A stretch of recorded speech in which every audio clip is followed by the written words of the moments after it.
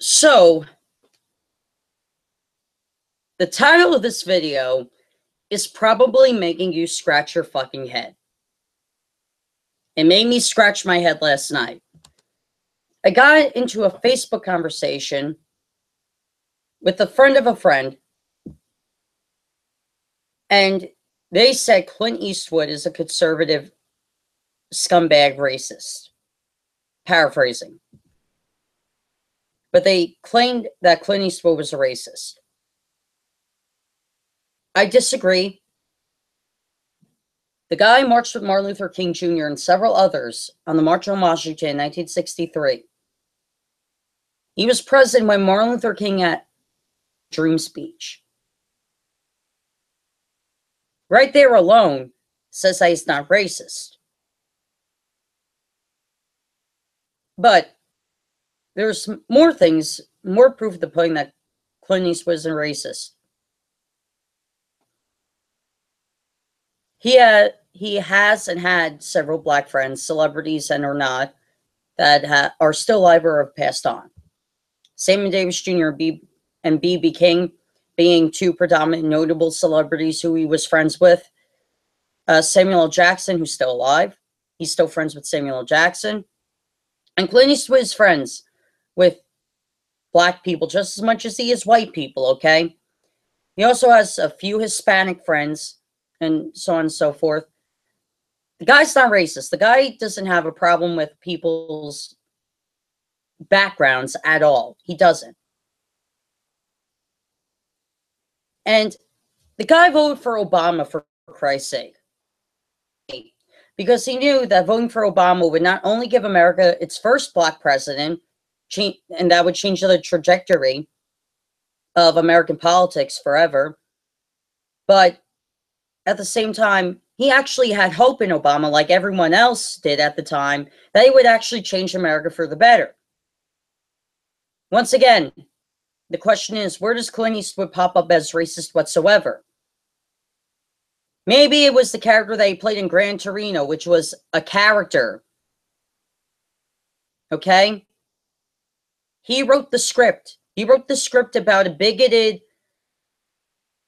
Army veteran or Navy veteran. Is that their Army or Navy? But the point is about an elderly man who was a bigot that learned how to his ways. That's the most anti-racism. Okay?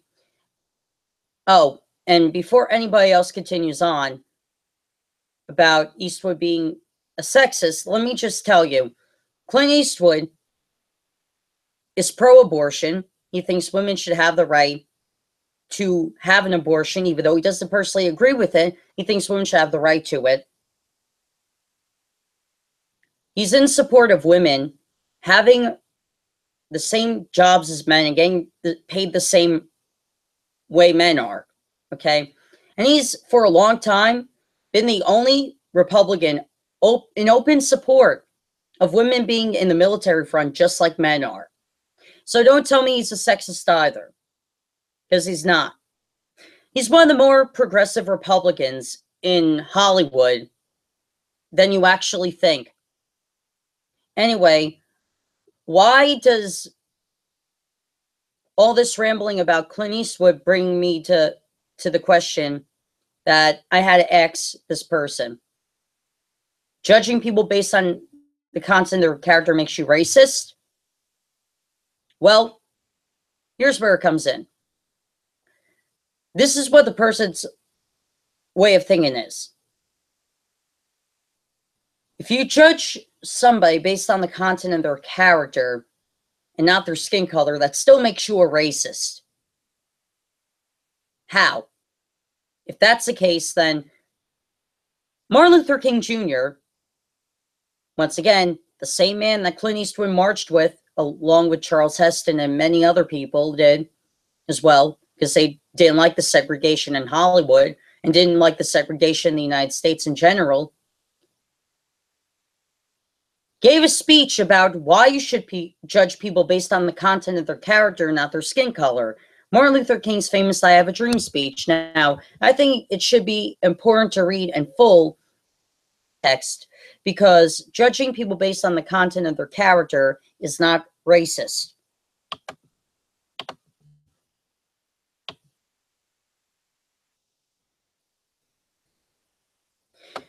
I am happy to join with you today in what will go down in history as the greatest demonstration for freedom in the history of our nation.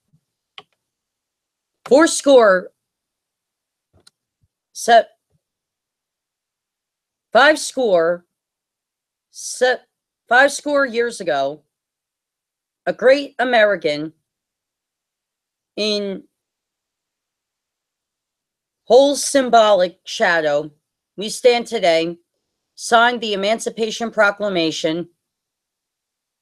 This monumentous decree is the greatest beacon light of hope to millions of Negro slaves who have been seared in the flames of withering injustice. It came as a joyous daybreak to the end of the long night of their captivity. But 100 years later, the Negro still is not free.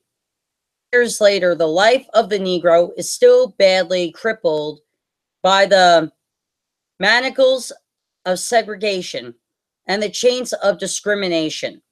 100 years later, the Negro's lives on a lonely island of poverty in the midst of a vast ocean of material prosperity.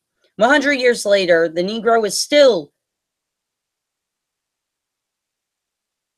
languished in the corners of American society, in exile in his own land. So we come here today to demonstrate a shameful condition.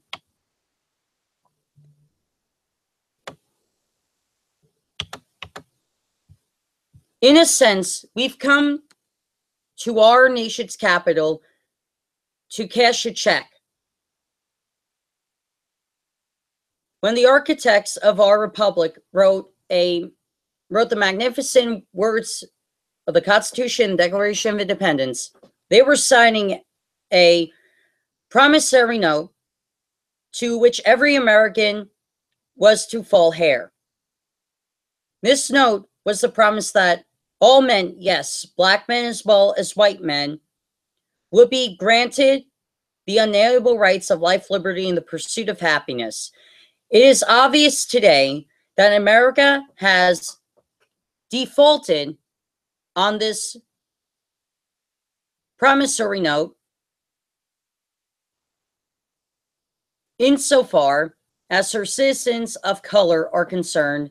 Instead of honoring the sacred obligation, America has given the Negro people a bad check, a check which has come back marked insufficient funds.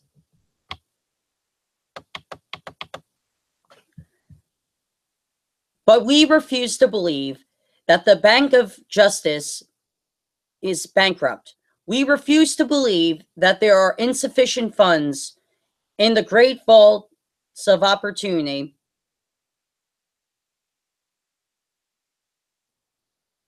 to cash this check, a check that will give us, upon demand, the riches of freedom and the security of justice. We have also come to remind America of the fierce urgency of now. And luxury of cooling off or to take the tranquilizing drug of gradualism. Now is the time to make real the promises of democracy. Now is the time to rise from the dark and desolate valley of segregation to the sunlit path of racial justice. It's time to lift our nation from the quicksands of racial to the solid neighborhood.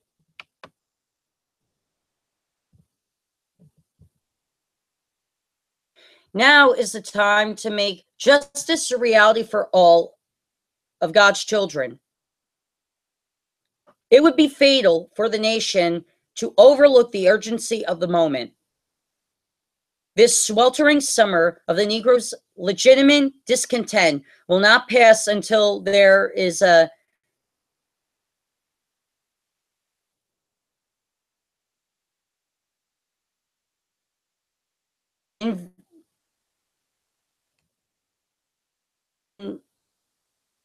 vigorous and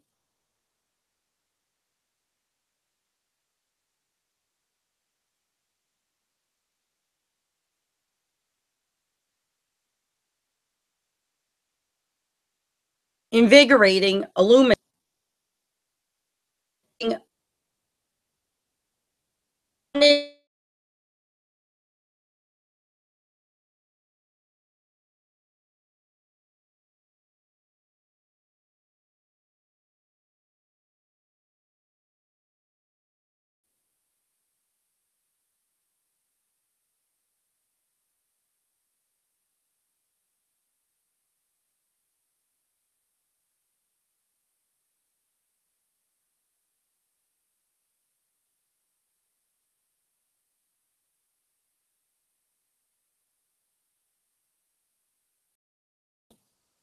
rights of our nation until the bright days of,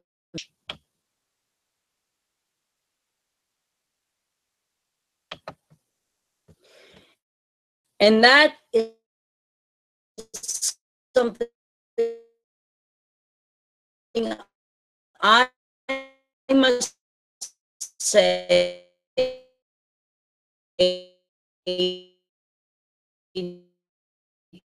to my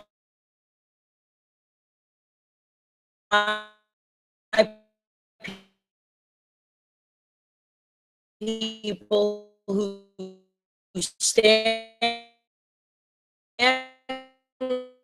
on the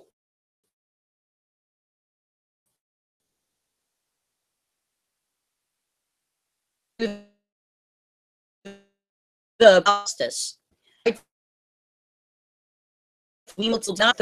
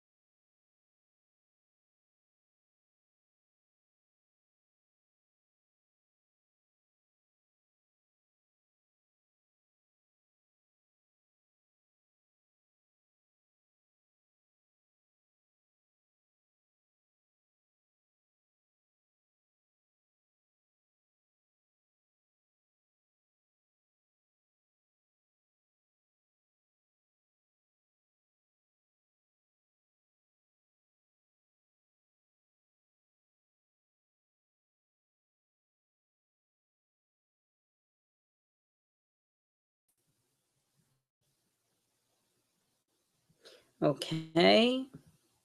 That was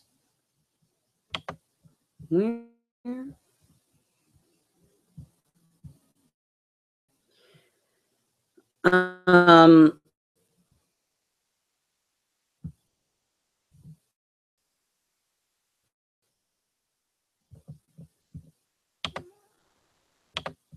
okay. There's a little tip there.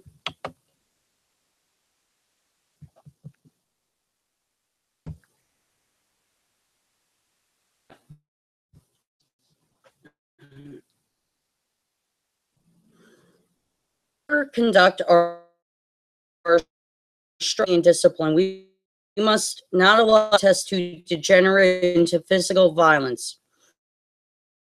to heights of meeting physical force with soulful force. So, militancy,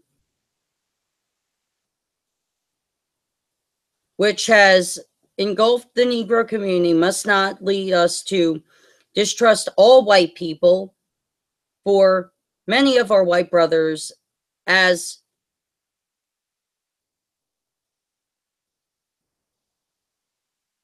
evinced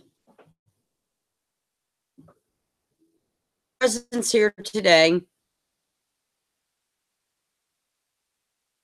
come to realize me is tied up with come here to realize that is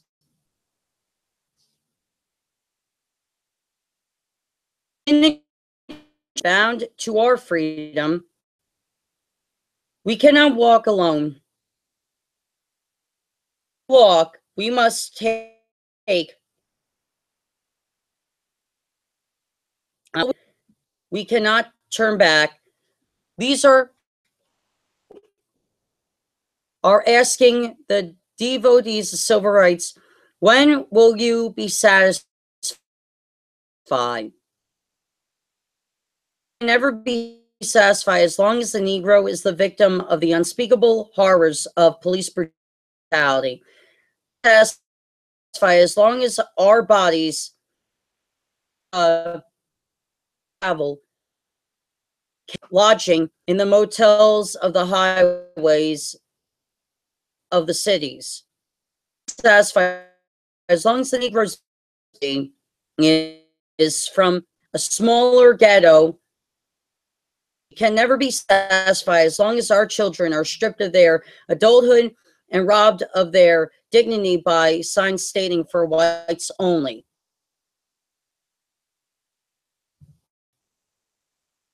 We can satisfy as long as the Negro is.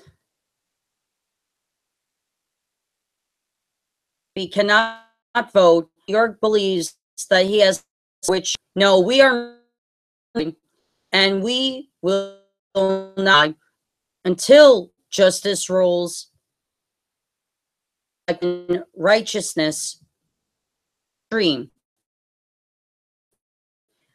not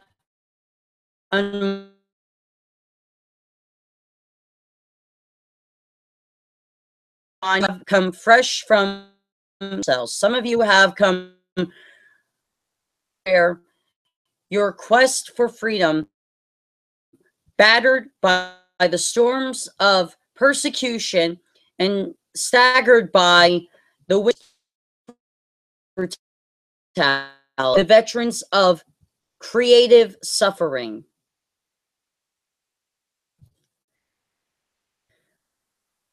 Continue to work that unearth suffering in.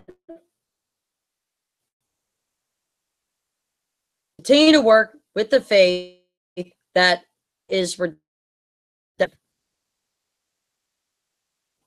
Go back to Mississippi, back to Alabama, go back to South Carolina, go back to Georgia, go back to Louisiana, and the ghettos of our northern cities, knowing that somehow this situation can and will be changed. Let us in the valley of despair. I say to you today, my friends, so we face the difficulties of today and tomorrow. I still have a dream. It is a dream deeply rooted in the American dream. Dream that one live out the true meaning of its creed. We hold these truths to be self-evident that all men are created equal. Dream that one day on the red hills of Georgia, sons of former slaves and the sons of former slave owners will be able to sit down together at a table of brotherhood. I have a dream that one day, even the state of Mississippi, a state sweltering with the heat of injustice, sweltering with the heat of oppression, will be transformed into an oasis of freedom and justice. I have a dream that my 4 little children will one day live in a nation where they will not be judged by the color of their skin, but by the content of their character. I have a dream.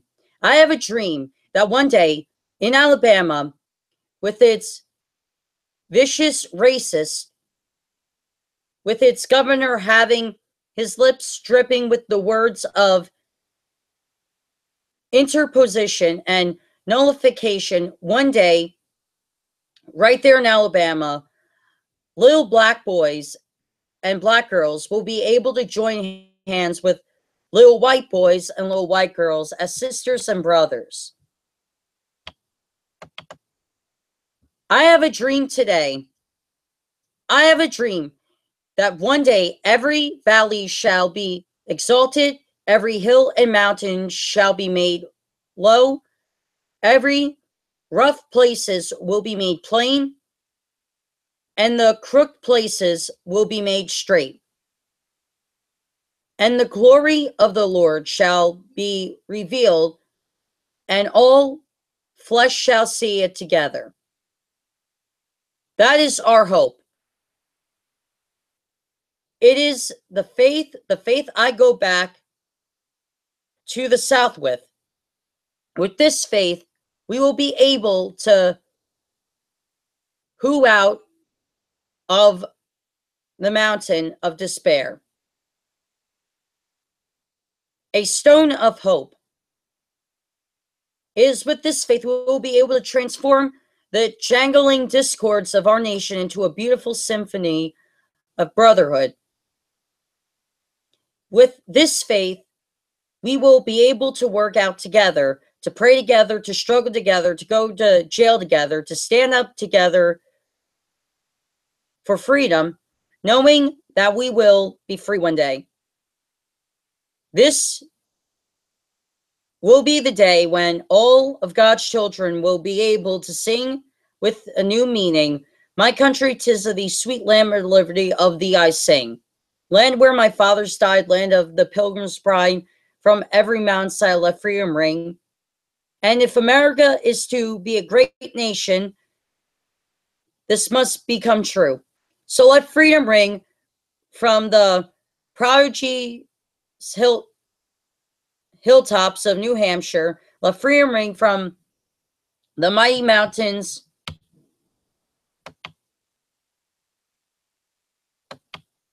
of New York. Let freedom ring from the heightening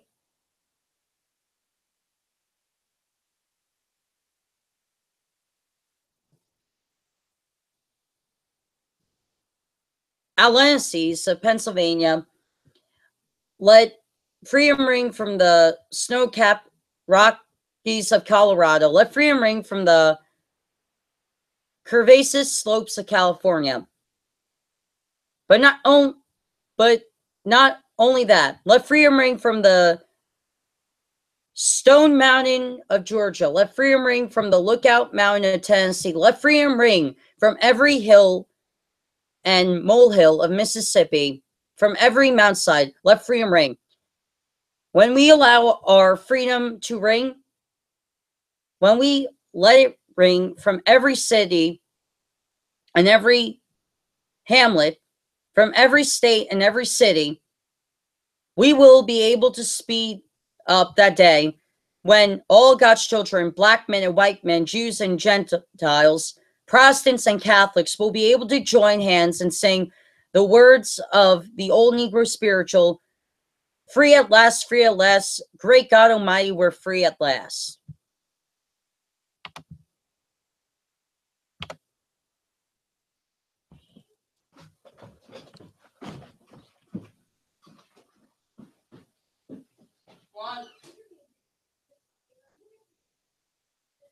It's already off. It's clean, Mom.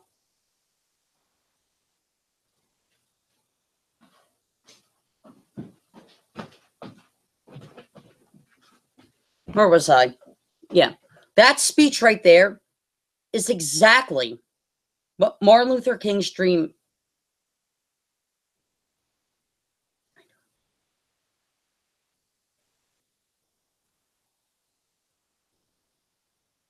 that speech right there is why Martin Luther King wanted this nation to be a nation where we judge people based on the content of people's character, not their skin color. So that does not make people racist when you judge people based on the content of their character. That whole speech is about that. And even Martin Luther King Jr. had his beef with racist people, okay? Most of us do. Most of us have a beef with racist people. We don't like them. Doesn't mean we hate them for what they look like. No, we don't like the content of their character. So next time you hear someone say that you're racist or someone you like is racist, and they use the excuse that, you know, judging people based on the content of their character makes them racist, read the I Have a Dream speech to them. There's obviously image in their head, okay? They're not getting the image in their head that, you know, we're supposed to judge people based on the content of their character, not their skin color.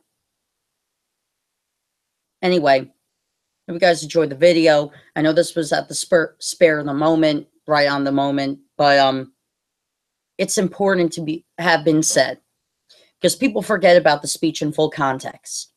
See ya.